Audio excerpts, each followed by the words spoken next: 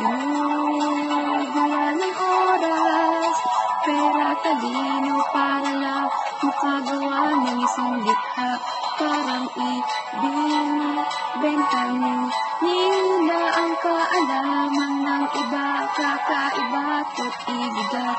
Parang ibinibenta nila ang kaalaman ng iba, kakaiba at ibigat. Simula pa ng bata pa ako, kahit ay nasanay na ako.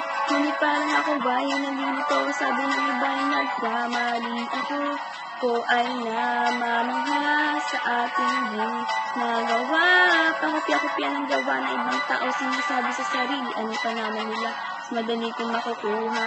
Mga ideyang kailangan, gamit ang gawa ng ibang di ko kakilala. Upang mairaos ang mga takna na galing sa aking guro, na tila di mahalata sa pinako ay natupasa.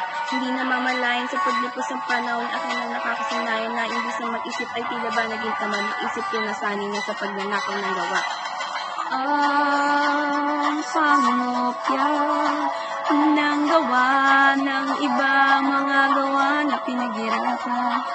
Pinugula ng oras, pera, talino para lang makagawa ng isang likha.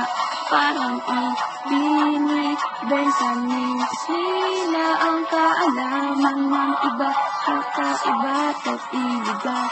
Parang ibinibenta nila ang kaalaman ng iba, kakaiba at ibigat.